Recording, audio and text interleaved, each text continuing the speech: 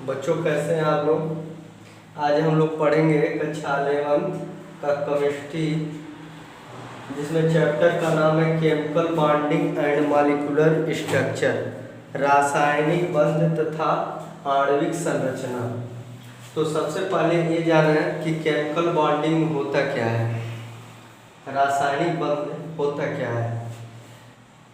Chemical bonding जो होता है ये फोर्स ऑफ अट्रैक्शन होता है, दो परमाणुओं के मध्य लगने वाला आकर्षण बल ही रासायनिक बंध कहलाता है। रासायनिक बंध जो होता है यह एक प्रकार का आकर्षण बल होता है, जिसके द्वारा परमाणु अपनी अस्थायी विन्यास को प्राप्त करने के लिए बंध बनाते हैं।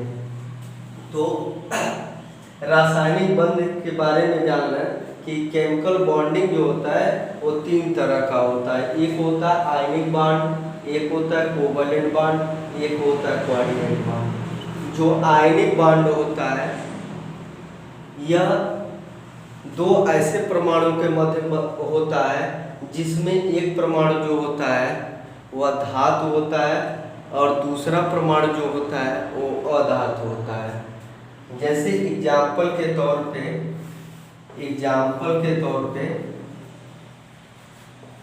हम ये NaCl को लेते हैं, ठीक है, जिसमें Cl जो है हमारा नॉन मेटल है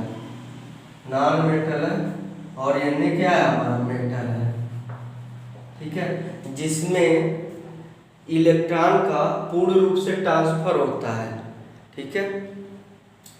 मतलब ऐसे यौगिक जो ऐसे समझिए आयनिक बॉन्ड को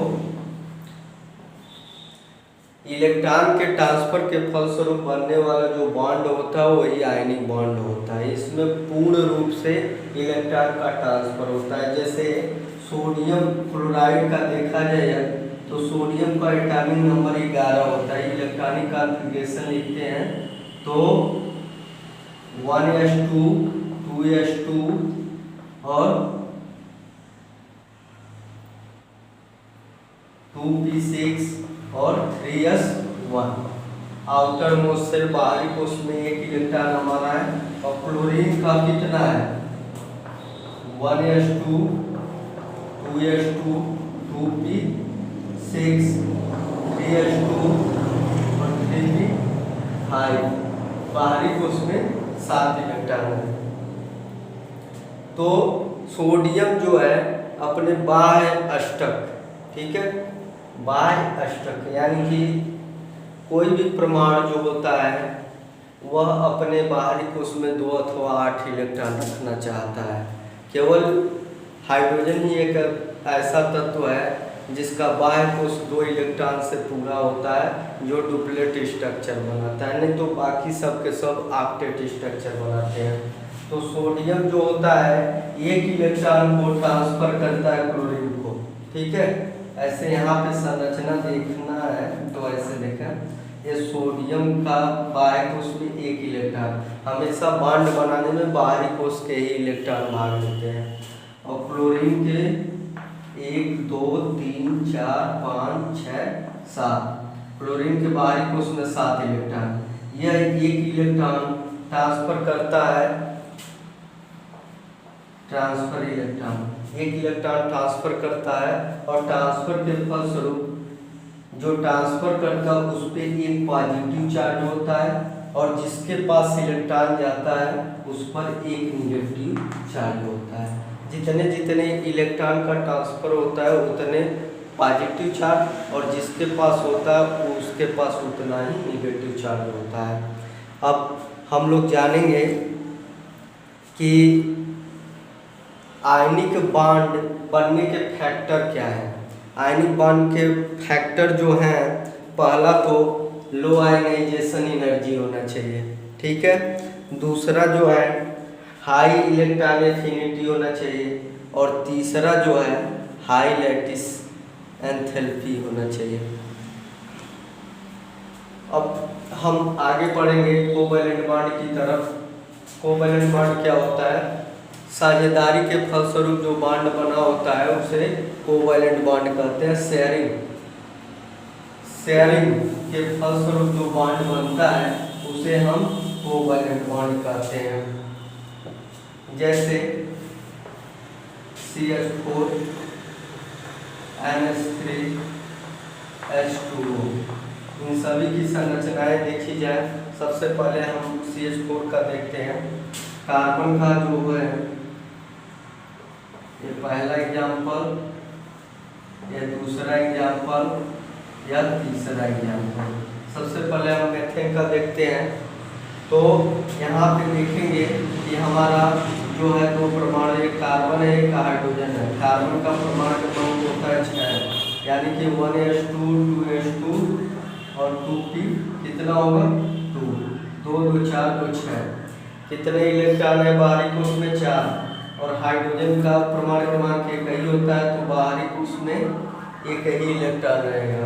ठीक है, इस तरीके से जब भी इसकी संरचना एक कार्बन सेंट्रल एटम के रूप में होता है और 4 हाइड्रोजन ऐसे यहाँ पे जुड़े रहते हैं, ऐसे CH4 की संरचना होती है।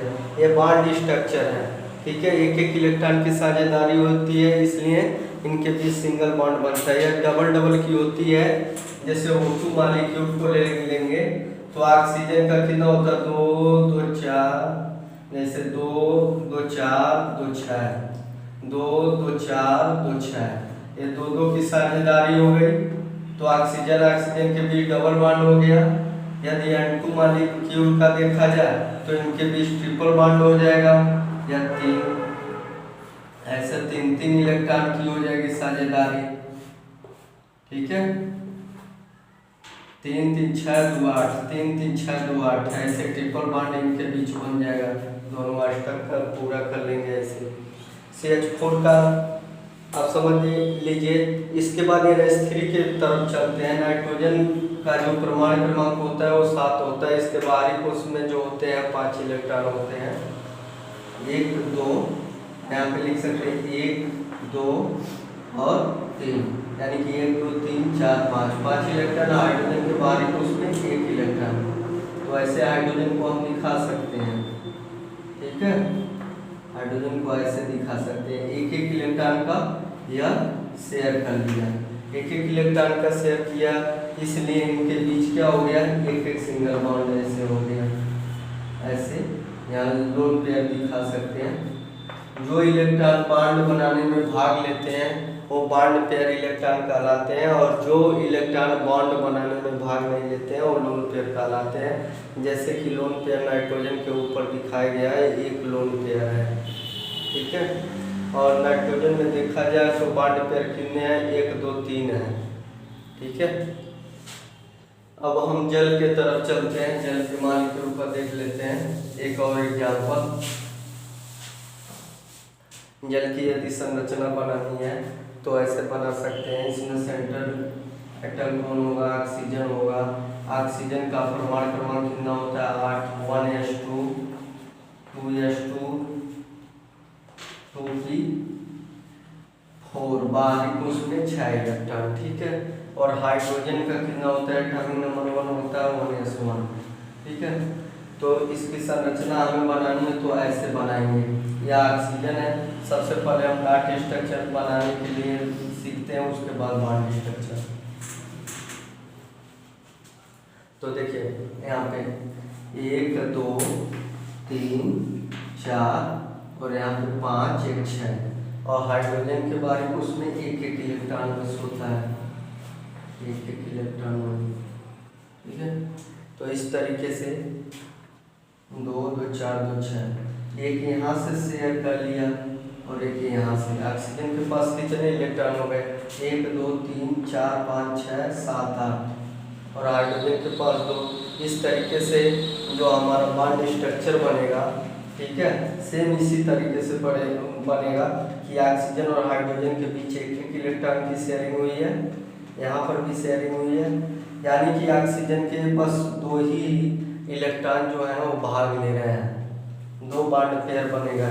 तो बाकी जो 2 इलेक्ट्रॉन है वो लोन पेयर के रूप में है। ऐसे ऑक्सीजन को दिखा सकते हैं लोन पेयर को, और हाइड्रोजन को हम ऐसे दिखा देंगे।